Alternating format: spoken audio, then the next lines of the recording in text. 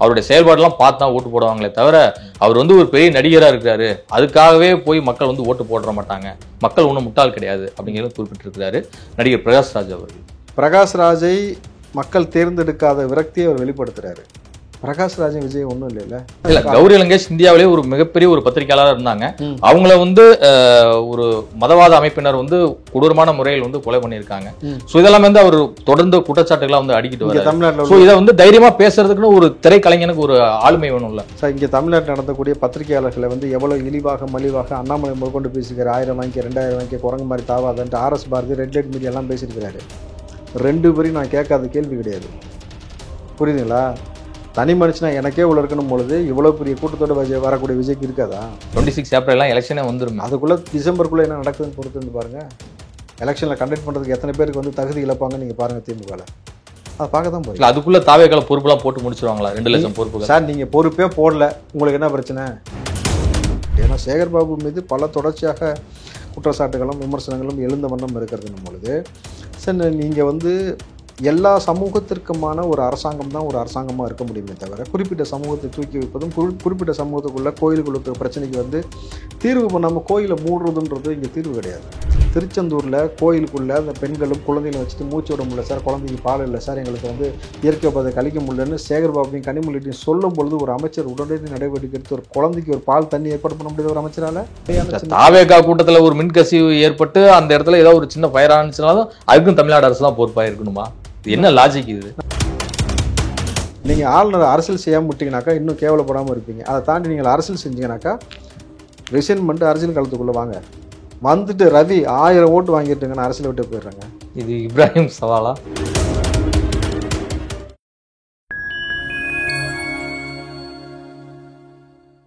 பைன்டம் media நேயர்களுக்கு வணக்கம். நான் உங்கள் சங்கீதன். நம்ம சிறப்பு நிகழ்ச்சியில் நம்மோடு இணைந்திருக்கிறார் காங்கிரசின் ராவுத்தர் இப்ராஹிம் அவர். வணக்கம். வணக்கம். தமிழக வெற்றி கழகத்தின் தலைவர் விஜய் அவர்கள் வந்து ஒரு நடிகர் என்பதால் மக்கள் அவருக்குன்னு ஓட்டு போட என்ன முட்டாள்களா அப்படிங்கிற ரீதியில ஒரு கேள்வி எழுப்பியிருக்கிறாரு. மக்களுக்கு வந்து அவருடைய அரசியல நுண்ணு அரசியல்லாம் வந்து பார்ப்பாங்க, அவருடைய செயல்பாடெல்லாம் பார்த்து தான் ஓட்டு போடுவாங்களே தவிர அவர் வந்து ஒரு பெரிய நடிகராக இருக்கிறாரு, அதுக்காகவே போய் மக்கள் வந்து ஓட்டு போட மாட்டாங்க, மக்கள் ஒன்றும் முட்டாள் கிடையாது அப்படிங்கிறத குறிப்பிட்டிருக்கிறாரு நடிகர் பிரகாஷ்ராஜ் அவர்கள். சரி, வேற என்ன சொல்ல விரும்புறாரு அவரு? சொல்லுங்க. நீங்க பிரகாஷ்ராஜை மக்கள் தேர்ந்தெடுக்காத விரக்தியை அவர் வெளிப்படுத்துறாரு. பிரகாஷ்ராஜன் விஜய் ஒன்றும் இல்லைல்ல. புரியுதுங்களா? நீங்கள் விஜய் வெற்றியோ தோல்வியோ அது 2வது பட்சம். பட் எலெக்ஷன்ல போட்டிட்டார்ல தைரியமா. பிரகாஷ்ராஜ் சீமான ஒன்று அப்படித்தானே. இப்போ வெற்றியோ தோல்வியோ, அதாவது வெற்றி பெற்றால் இது, அப்புறம் தோற்றால் அதாவது பயிற்சி முயற்சின்னு ஏதோ ஒன்று சொல்லுவார். கிட்டத்தட்ட அப்படி தான் இருக்குது. நீங்கள் ஒரு அரசியல் ஸ்ட்ராட்டஜி இல்லாமல் நீங்கள் வந்து இவ்வளவு திராணியாக திமுகவையும் பிஜேபியும் எதிர்த்து ஒரு நபர் உள்ளே வர முடியுமா? நீங்கள் காங்கிரஸ் சார்பாக பேச அப்படியே ஆரம்பித்து அதுக்கப்புறம் திமுக மேடைகளில் ஏறின பிரகாஷ்ராஜுக்கு இப்போ பேச்சு எப்படி வருதுன்னு உங்களுக்கு புரியுதா? நீங்கள் நான் என்ன சொல்கிறேன், பிரகாஷ்ராஜ் அவர்களுக்கு ரொம்ப எளிமையாக சொல்லிடுறேன். உங்கள் ஸ்டேட்டில் போய் நீங்கள் நின்று ஜெயிச்சுட்டு வாங்க, அப்புறம் பேசுவோம். ஜெயிப்பீங்களா? அவர் தொடர்ந்து மதவாதத்துக்கு தான் தொடர்ந்து போராடிட்டு வர்றாரு. மதச்சார்பற்ற களத்துல வந்து நிக்கிறாரு, மதச்சார்பற்ற சக்திகளோடு தொடர்ந்து பயணிக்கிறாரு. அம்பேத்கரிய, பெரியாரிய, மார்க்சிய, காந்திய வழியில் தொடர்ந்து தன்னுடைய கொள்கைகளை வந்து முன் வச்சுட்டு வராரு. ஒரு நடிகரா வந்து அவர் தொழில இருக்கும் போதே வந்து பாத்தீங்கன்னா ஸ்ட்ராங்கா மத்திய மாநில அரசுகள் பண்ற எல்லா தவறுகளையும் வந்து சுட்டிக்காட்ட வேண்டிய ஒரு நடிகரா பொறுப்புள்ள கலைஞனா இருக்கதானே செய்யறாரு பிரகாஷ்ராஜ். சரி, அப்புறம் உங்களை மக்கள் தேர்ந்தெடுக்கல? ஏன் தேர்ந்தெடுக்கல? இன்னைக்கு எல்லா இவரும் நடிகர் தான், எல்லாத்தையும் விட்டுட்டு முழு மூச்சாக அரசியலுக்காக வந்திருக்காரு. அப்படி நீங்கள் வந்துடுவீங்களா? வர முடியுமா? இவர் வயசுன்னு அவர் வயசுன்னு சார் நீங்கள் நல்லா கௌரி லங்கேஷ் கொலைக்கு வந்து அப்பெல்லாம் விஜய் குரல் கொடுத்துருக்கலாமே நடிகராக இருக்கும்போது. சார் நீங்கள் அப்போ செஞ்சிருக்கலாம், முன்னாடி ஏன் செய்யலாம்? இப்போ செய்யறமா செய்யலையா? காலத்துக்கு வந்துட்டோம்ல, இதுக்கு மேலே செய்ய போறோம்ன்றதான. கௌரி லங்கேஷ் இந்தியாவிலே ஒரு மிகப்பெரிய ஒரு பத்திரிகையாளர் இருந்தாங்க. அவங்கள வந்து ஒரு மதவாத அமைப்பினர் வந்து கொடூரமான முறையில் வந்து கொலை பண்ணியிருக்காங்க. ஸோ இதெல்லாம் வந்து அவர் தொடர்ந்து குற்றச்சாட்டுகளை வந்து அடிக்கிட்டு வராரு. தமிழ்நாட்டில் இதை வந்து தைரியமா பேசுறதுக்குன்னு ஒரு திரைக்கலைஞனுக்கு ஒரு ஆளுமை வேணும்ல சார். இங்கே தமிழ்நாட்டில் நடந்தக்கூடிய பத்திரிகையாளர்களை வந்து எவ்வளோ இழிவாக மலிவாக அண்ணாமலை முதற்கொண்டு பேசிக்கிறார். 1000 வாங்கி 2000 வாங்கி குரங்கு மாதிரி தாவாதன்ட்டு R S Bharathi red light media எல்லாம் பேசியிருக்கிறாரு. 2 பேரும் நான் கேட்காத கேள்வி கிடையாது. புரியுதுங்களா? தனி மனுஷனா எனக்கே இவ்வளோ இருக்கணும் பொழுது இவ்வளோ பெரிய கூட்டத்தோட வரக்கூடிய விஜய்க்கு இருக்காதா? சார், எதை எப்போ செய்யணும், எந்த மாதிரி பின்புலத்தில் இருந்து செய்யணுன்றதை ரொம்ப ஸ்ட்ராட்டஜிக்கலாக செய்கிறேன். நீங்கள் இதற்கு மேலே அரசியல் களத்துக்குள் வந்ததுக்கு பிறகு நீங்கள் ஒவ்வொன்றுமே வந்து பார்த்தீங்கன்னாக்கா ரொம்ப சீரியஸ் நோட்டாக பார்க்கப்படும். அதுக்கப்புறமேட்டு நீங்கள் இதுக்கு முன்னாடி செஞ்சுருக்கலாம், பின்னாடி செஞ்சுருக்கலாம்னா நீங்கள் கூட ஒரு 20 வருஷம் கழித்து பிறந்திருக்கலாம், 20 வருஷம் கழிச்சுக்கு அப்புறம் பிறந்திருக்கலாம். நான் சொன்ன செயல்படும் அதெல்லாம் இதெல்லாம் அரசியலுக்கு உபாத பேச்சு இல்லையா? வந்தாச்சு, செய்ய போகிறோம், மக்கள் ஓட்டு போட போகிறானா இல்லையான்றது நீ பொறுத்து இருந்து பாரு. நீ ஏன் திமுக மேடையில் ஏட்டு இப்போ கதட்டு கிடக்குற?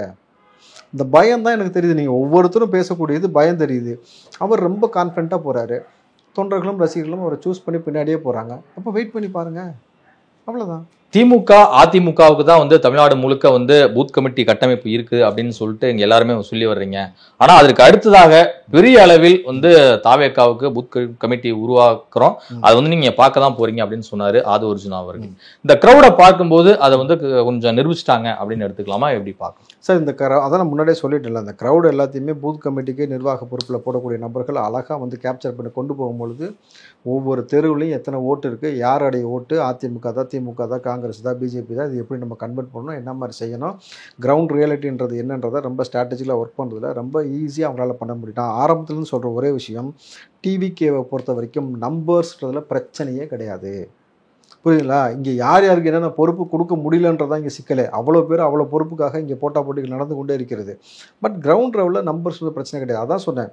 அடுத்த வருஷம் இப்போ நம்ம பேசிட்டு இருக்க நேரத்தில் எலெக்ஷனே வந்துருமே, ஏப்ரல்லாம் 26 ஏப்ரல்லாம் எலெக்ஷனே வந்துருமே. அதுக்குள்ளே டிசம்பருக்குள்ளே என்ன நடக்குதுன்னு பொறுத்து வந்து பாருங்கள். எலெக்ஷனில் கண்டக்ட் பண்ணுறதுக்கு எத்தனை பேருக்கு வந்து தகுதி இழப்பாங்கன்னு நீங்கள் பாருங்கள் திமுகவில். அதை பார்க்க தான் போகிறீங்க. அதுக்குள்ளே தாவேக்கால பொறுப்புலாம் போட்டு முடிச்சிருவாங்களா? 2 லட்சம் பொறுப்பு. சார் நீங்கள் பொறுப்பே போடல, உங்களுக்கு என்ன பிரச்சனை? எலெக்ஷனை சண்டே கண்டக்ட் பண்ணலாம் தெரியுமா? சுயேட்சா கூட எந்த பொறுப்புமே இல்லாமல் ஒருத்தன் சுயேட்சை நிற்க முடியுமா? தெரியுமா தெரியாதா? நிற்கலாம்ல. அப்போ பொறுப்புன்றதுலாம் இங்கே பிரச்சனை கிடையாது சார். இங்கே யார் முகம் யாருக்காக இங்கே ஓட்டு போட போகிறாங்க, இதுதான் கிரவுண்டில் நம்ம எப்படின்னா செய்ய போகிறோன்றதை நீங்கள் பார்க்க போகிறீங்க. நீங்கள் பொறுப்பு போடுறது போடாததுலாம் அவங்க கட்சி பிரச்சனை. ஆனால் உங்களுக்கு பயம் வந்துடுச்சா வரலையா, இவ்வளோதான். பாருங்கள், வெயிட் பண்ணி பாருங்கள். டிசம்பருக்குள்ளே எத்தனை பேர் இத்தனை ஆண்டு காலமாக அமைச்சர் அந்த நபர் எலெக்ஷனில் கண்டக்ட் பண்ண முடியாமல் விழிபதுங்கி பாதி பேர் உள்ளேயும் வெளியிலும் இருக்க போகிறாங்கன்றதை நீங்கள் பார்ப்பீங்க. ஸ்டாலின் மாடல் ஆட்சியில் வந்து கோவில் திருவிழாக்களில் அதாவது பாதுகாப்பு நடைமுறைகள் வந்து ஒழுங்காக பின்பற்றப்படவில்லை அப்படிங்கிறது வந்து ஒரு குற்றச்சாட்டை முன்வச்சிருக்கிறாரு எதிர்க்கட்சி தலைவர் எடப்பாடி பழனிசாமி அவர்கள். இதை நம்ம எப்படி புரிஞ்சுக்கணும்னு நினைக்கிறீங்க? கலைஞர் சமாதியில் வந்து கோயிலுடைய அந்த சிற்பம், அந்த வடிவத்தை கொண்டு போய் சேகர்பாபு வச்சார்ல, அவர்கிட்ட தான் நீங்கள் கேட்கணும். எதை கொண்டு போய் எங்கே வச்சுட்டு என்னென்னப்பா ஆட்டம் போட்டுருக்கிறீங்க அப்படின்ட்டு. ஏன்னா சேகர்பாபு மீது பல தொடர்ச்சியாக குற்றச்சாட்டுகளும் விமர்சனங்களும் எழுந்த வண்ணம் இருக்கிறது பொழுது சரி, நீங்கள் வந்து எல்லா சமூகத்திற்குமான ஒரு அரசாங்கம் தான் ஒரு அரசாங்கமாக இருக்க முடியுமே தவிர, குறிப்பிட்ட சமூகத்தை தூக்கி வைப்பதும் குறிப்பிட்ட சமூகத்துக்குள்ளே கோயிலுக்குள்ள பிரச்சனைக்கு வந்து தீர்வு பண்ணாமல் கோயிலை மூடுறதுன்றது இங்கே தீர்வு கிடையாது. அதற்கான பேச்சுவார்த்தை எப்படி நடத்தி அதை சக்ஸஸ் பண்ணுறது தான் ஒரு அரசாங்கத்துடைய வேலையாக இருக்கணும். அதை குறிப்பாக வந்து அந்த அறநிலைத்துறை சார்ந்த சேகர்பாபு அவர்கள் செய்யணும். நீங்கள் அதை செய்யாமல் எல்லாத்தையும் மிரட்டுறது, உருட்டுறது, இந்த தோணியில் பேசுறது, தேவைப்பட்டால் மூடுறது, ஒரு சமூகத்தை ஒரு பார்வையிலையும் இன்னொரு சமூகத்தை இன்னொரு பார்வையிலையும் பேசுவது, அரசியல் லாபத்துக்காக இங்கே உள்ளுக்குள்ள சாதி அரசியல் பண்ணுவது மோசமான ஒரு நிகழ்வாக இருக்கணும் பொழுது, இது அவங்க இந்துக்களுக்கு மட்டும் செய்யலை, இஸ்லாமிய தீவிரவாதின்ற வார்த்தையை முதல்ல சட்டமன்றத்தில் பேசி கலைஞர் ஆரம்பித்து வச்சு தான் இன்ன வரைக்கும் எந்த மாதிரி போயிட்டு நம்ம பார்க்குறோம் பொழுது, தலித்துகளுக்கு இங்கே என்ன மாதிரியான ஒரு முக்கியத்துவம் கொடுக்கப்படுகிறதா, எப்படி ஒடுக்குறாங்கன்ற ஒரு விஷயம் பார்க்கும் பொழுது உங்களுக்கு ஈஸியாக புரிஞ்சுக்கலாம். இவங்க வந்து என்டையராக ஓட் பாலிடிக்ஸ் மட்டும் தான் பார்க்குறாங்களே தவிர மக்கள் மனநிலையோ மக்கள் நம்பிக்கை சார்ந்த விஷயங்கள்லையோ அவங்க வந்து ரொம்ப கான்ஃபிடண்ட்டாக இருக்காங்கன்னா இல்லை.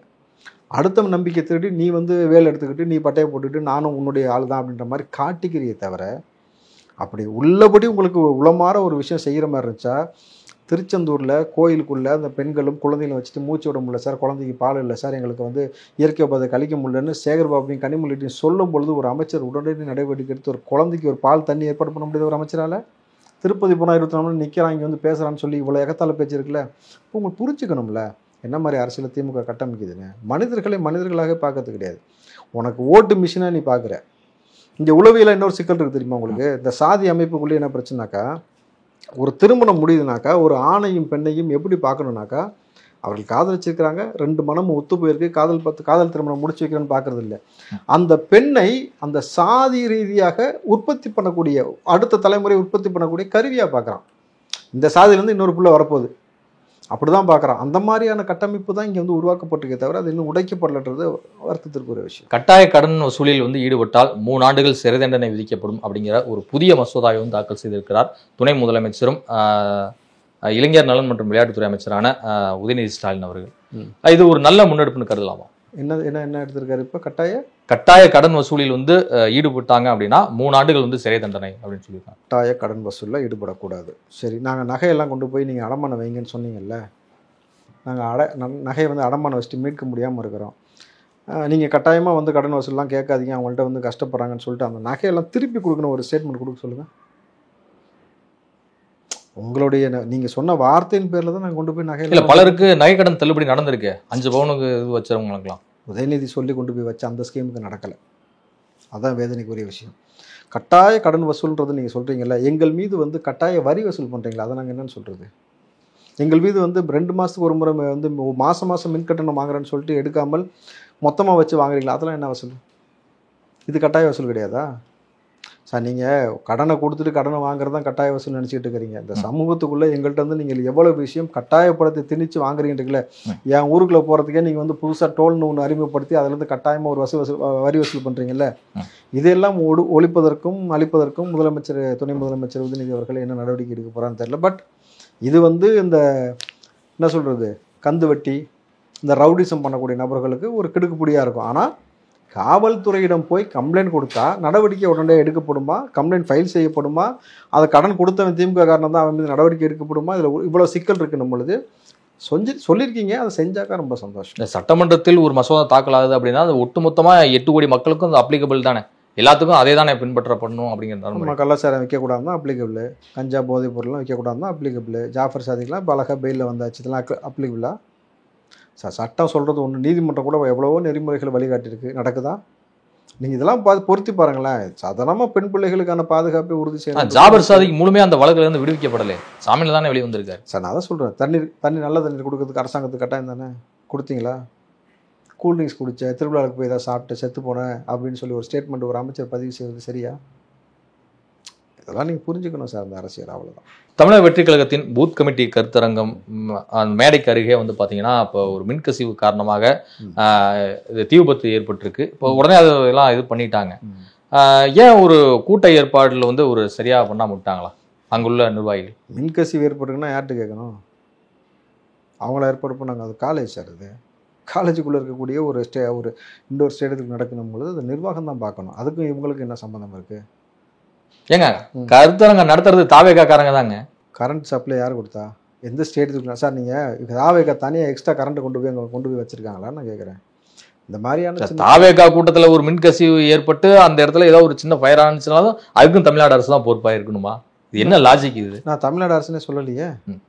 அந்த கல்லூரியில் கேளுங்கன்னு தான் சொன்னேன். எவ்வளோ நாளாக இந்த ஃபங்க்ஷன் ஆகிட்டு இருக்கு, ஏதாவது பிரச்சனை இருக்கான்றதை நம்ம பார்க்கணுமே தவிர இதுக்கு நான் அரசாங்கத்தை குறை சொல்லவே இல்லையே. இல்லை அந்த இபி கனெக்ஷன் கொடுத்த நபரை கூப்பிட்டு கேட்கணும். மின்கசிவுன்றதெல்லாம் ரொம்ப சாதாரணமாக நடக்கக்கூடிய. நம்ம எந்த மின்கசிவு பேசணும் தெரியுமா? ரோட்டில் போகும்போது ஒரு சிறுவனுக்கு வந்து ஷாக் அடித்து படுத்து கிடந்தான் தெரியுமா? 4000 கோடி வந்து தண்ணீரை சுத்தம் பண்ணுறதுக்கு வாங்கிட்டேன்னு சொல்லிட்டு நீங்கள் எனக்கு என்ன தெரியுமா? நம்ம அதைத்தான் பெருசாக பேச வேண்டியது இருக்குது. இது இல்லை. தோல்வியில் முடிந்திருக்கிறதா துணைவேந்தர்கள் மாநாடு? ஆளுநர் அவர்கள் வந்து முதலமைச்சர் மீதும் காவல்துறையின் மீதும் இவ்வளவு காட்டமாக விமர்சிக்க என்ன காரணம்? என்னதான் விமர்சிச்சிருக்காரு? தமிழ்நாடு அரசினுடைய பல்கலைக்கழகங்களை சார்ந்த துணைவேந்தர்கள் எல்லாருமே வந்து மிரட்டி இந்த மாநாட்டுக்கு வந்து வரவிடாமல் பண்ணிட்டாங்க அப்படிங்கிறது வந்து ஒரு குற்றச்சாட்டு வைக்கிறார். இல்லை, 2 விதமாக நீங்கள் பார்க்கணும் சார். மிரட்டப்படுவதற்கான வாய்ப்புகள் இருக்கிறதா அப்படின்னாக்கா மிரட்டப்படுவதற்கான வாய்ப்புகள் இருந்திருக்கலாம். ஏன் இருந்திருக்கலாம்னு சொல்கிறேன்னாக்கா, இல்லை ஒரு பல்கலைக்கழகங்களுடைய ஒரு வைஸ் சான்சலர் மேற்ற அளவுக்கு ஒரு அதுக்கு மேலே ஒரு அதிகாரம் இருக்கா?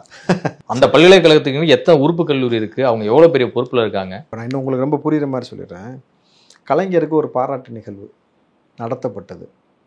தமிழ்நாட்டுக்கு மட்டும் கிடையாது, அதை தாண்டி பிற மாநிலங்களில் தெரிஞ்ச ஒரு பெரிய பிரபலமான ஐகான் எல்லா நடிகரும் இருக்கிறாங்க. அதில் வந்து கட்டாயப்படுத்தி மிரட்டி தான் தன்னை வர வச்சாங்கன்னு சொல்லி கலைஞரை முதல்ல புகழ்ந்துட்டு 2வது அஜித்குமார் சொல்கிறாரு. ரஜினி அவர்கள் பார்த்தீங்கன்னாக்கா ஃபோன் போட்டால் அன்னைக்கு பிரதமர் எடுப்பார், இன்றைக்கி பிரதமர் எடுப்பார்.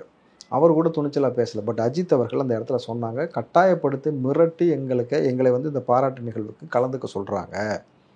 அப்போ திமுக மிரட்டி இருக்கின்றது, அவ்வளோ பெரிய உச்ச நடிகரே மிரட்டி இருக்கின்றது நம்ம மறுப்பதற்கு இல்லை. ஆனால் ஆளுநருக்கு இது தேவையில்லாத வேலை. உங்களுக்கு இதுக்கான அதிகாரம் இல்லைன்னும் பொழுது சான்சலர் எல்லாம் வச்சு மீட்டிங் எடுத்துகிறேன், மாநாடு நடக்கிறேன், இது அவங்க வேலை. கொடுக்கறத வாங்கணும், கையெழுத்து போட்டோம், அனுப்பிச்சி வச்சோம், அடுத்து மக்கள் சார்ந்த ஏதாவது பார்க்கணும் பண்ணணும்னாக்கா அது பண்ணாமல் ஆளுநர் அரசியல் செய்வது இருக்குல்ல, அந்த விஷயத்தில் நீங்கள் வந்து திமுகட்ட எப்பயுமே அடிதான் வாங்க வேண்டியது இருக்கும். அந்த விஷயத்தில் விட மாட்டாங்க. நீ வந்து டீ பார்ட்டி கூப்பிடுவே வருவோம் போகிறதுலாம் 2வது கதை. ஆனால் எனக்கு எதிராக நீ ஒரு ஸ்டாண்டு எடுக்கிறேன்னும் பொழுது அதை வந்து சட்ட ரீதியாக அடிக்கிறதுலும் சரி, கரெக்டாக வந்து இந்த மாதிரி விஷயத்தை செய்வதும் திமுக ரொம்ப கரெக்டாக ஹேண்டில் பண்ணும். அந்த விஷயத்தில் வந்து ஆளுநருக்கு இது கேவலம் தானே. இப்போ நீ என்ன சொல்லிட்ட, வரலன்னு என்ன சொல்கிற, மிரட்டினாங்கன்ற கேட்டீங்களா?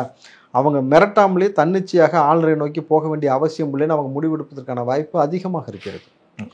மிரட்டினாங்கன்னு சொல்லி ஒரு பேச்சுக்கு நம்ம சொன்னாலுமே அது கடந்த காலம் வரலான்னாலுமே இப்போ வந்து நீங்கள் கூப்பிட்றதுக்கு நான் ஏன் வரணும்னு ஒரு கேள்வி இருக்குல்ல. ஸோ அப்போ ஆளுநருக்கு இது வந்து கேவலம். நீங்கள் ஆளுநர் அரசியல் செய்யாமல் விட்டீங்கனாக்கா இன்னும் கேவலப்படாமல் இருப்பீங்க. அதை தாண்டி நீங்கள் அரசியல் செஞ்சீங்கன்னாக்கா ரிசைன் பண்ணிட்டு அரசியல் காலத்துக்குள்ளே வாங்க. வந்துட்டு ரவி 1000 ஓட்டு வாங்கிட்டுங்கன்னு அரசியல் விட்டு போயிடுறாங்க. இது இப்ராஹிம் சவாலா? நிச்சயமா தமிழ்நாட்டு களம் வேற ரவி. அடடடடா, அந்த வரம் எல்லாத்தையும் உள்ளே விட்டு நாங்கள் பட்ட பாடெல்லாம் போதும். இதுக்கு மேலே வந்து இந்த பிஜேபி முகமாக எவன் உள்ளே வந்தாலும் வாய்ப்பே இல்லை ராஜா, வாய்ப்பு இல்லை. அது வந்து ஹெச் ராஜா வந்தாலும் வாய்ப்பு இல்லை, ஆளுநர் ரவி வந்தாலும் வாய்ப்பு கிடையாது. அமைச்சர்கள் துரைமுருகன், KN நேரு, பொன்முடி, MRK பன்னீர்செல்வம், செந்தில் பாலாஜி ஆகியோர் வந்து கோர்ட்டினுடைய வழக்கில் வந்து ஒரு கிடுக்குப்பிடி வளையத்துக்குள்ள இருக்காங்க அப்படிங்கிறது கிட்டத்தட்ட உர்ஜிதம் ஆகுது.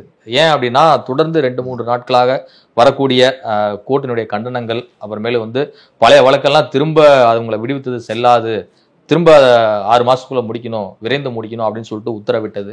இது எல்லாமே திமுக அமைச்சர்களுக்கு ஒரு பயங்கரமான ஒரு நெருக்கடியை ஏற்படுத்தி விட்டதா? குஹன், இதை நம்ம முன்னாடியே ஒரு 2 மாதம் முன்னாடி பேசணும், ஞாபகம் இருக்குங்களா? இந்த சீன் தான் நடக்க போகுதுன்னு அப்போ சொன்னோமோ, அது எப்படி சார் அடுத்தடுத்த பேரில் நடக்கும்ன்ற மாதிரி நம்ம விவாதம் பண்ணோம், ஞாபகம் இருக்குங்களா? இன்னைக்கு நிச்சயமாக பொன்முடி நீ அமைச்சர் இல்லை, செந்தில் பாலாஜி அமைச்சர் இல்லை, 2 பேருமே ரிசைன் பண்ணுறாங்க. கிட்டத்தட்ட பொன்முடியே முதல்வர் பார்க்க விரும்பவில்லைன்னு சொல்லிவிட்டார். இப்போ இன்றைக்கு கிடைச்ச தகவல், அப்பாயின்மெண்டோட இருக்கிறார். இன்னைக்கு கிடைச்ச தகவல் சொல்கிறேன், ஒழுங்காக ரிசைன் பண்ண சொல்லுன்னு சொல்லிட்டாராம் பொன்முடியை. எதாக இருந்தாலும் ரிசைன் பண்ணிட்டு வா, அதுக்கப்புறம் பார்க்கலான் இருக்காரு.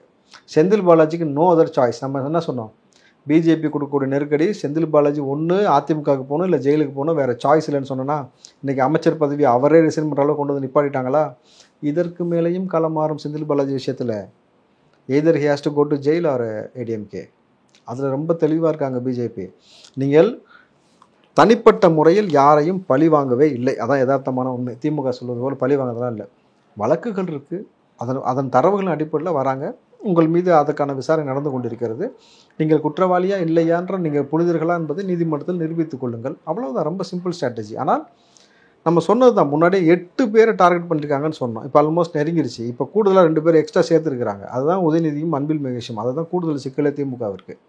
அப்போ இவர்கள் எல்லாரும் பார்த்தீங்கன்னாக்கா எலெக்ஷன் நெருங்க வகையில் அவங்களுக்கு எதிராக தீர்ப்பு வந்துருச்சுனாக்கா தேர் அன்ஃபிட், எலெக்ஷனை சந்திக்க முடியாது, எலெக்ஷனை சந்திப்பதற்கு தகுதி இழந்து விடுவார்கள் என்பது கூடுதலாக திமுகவிற்கு ஒரு நெருக்கடி ஏற்படுகிறது. பொழுது உள்ளபடி தவறு செய்து மக்கள் பணத்தை சுரண்டி மக்களுக்கான வரிச்சுமை ஏற்றி மக்களை பற்றி கவலைப்படாமல் தன்னுடைய சுய லாபத்திற்காகவும் தன் குடும்பத்திற்காகவும் சொத்துக்களை அதிகமாக சேர்த்து கொண்டிருக்கக்கூடிய இந்த மாதிரி நபர்கள்லாம் இங்கேருந்து அரசியலேருந்து அப்புறப்படுத்தணும். காலம் கழிஞ்சிருக்கு. நீங்கள் நான் 20 வருஷம் 30 வருஷமாக அனுபவிச்சிங்கல்ல, அதுக்கான தண்டனை வரும்பொழுது ஏற்றுக்கொண்டு நீங்கள் அதை செய்யத்தான் போகணும். இப்போ மட்டும் எனக்கு வயசாகிடுச்சு, களி சாப்பிட முடியாது, ஏற்கனவே அப்படி தான் பொன்முடி அவர்கள் அதிலேருந்து ஜாமீன்லாம் வாங்கிட்டு வந்தார். இனி நோ அதர் ஆப்ஷன். ஏன்னா ஸ்டாலின் அவர்கள் கைவிட்டு விட்டார். அதற்கு முன்னாடி ஸ்டாலின் கைவிடலை. ஒரு எவ்வளோ பெரிய திமுகவுக்கு எலெக்ஷன் நேரத்தில் எவ்வளோ பெரிய பின்னடைவை ஏற்படுத்துகிற மாதிரி ஒரு வேலை பார்த்துட்டானும் பொழுது, விழுப்புரம் மாவட்டம் ஏற்கனவே பார்த்தீங்கன்னாக்கா விழுப்புரம் விக்கிரவாண்டியில் தான் விஜய் ஆரம்பித்தார் மாநாடு. அங்கேருந்து ஆரம்பித்தது தான். முதல்ல அங்கேருந்துமே அவங்களுடைய கூடாரம் காலியாக வரதுனால இன்னும் விஜய் அவர்களுக்கு அந்த பகுதியெலாம் ரொம்ப பெரிய ஒரு வெற்றி வாய்ப்பை ஏற்படுத்தி கொடுக்கணும் பொழுது திமுக எதை விதைத்தாயோ அதனை அறுவடை செய்கிறாய். அவ்வளோதான். இதுவரை உங்கள் பல்வேறு கருத்து நன்றி சார். நன்றி.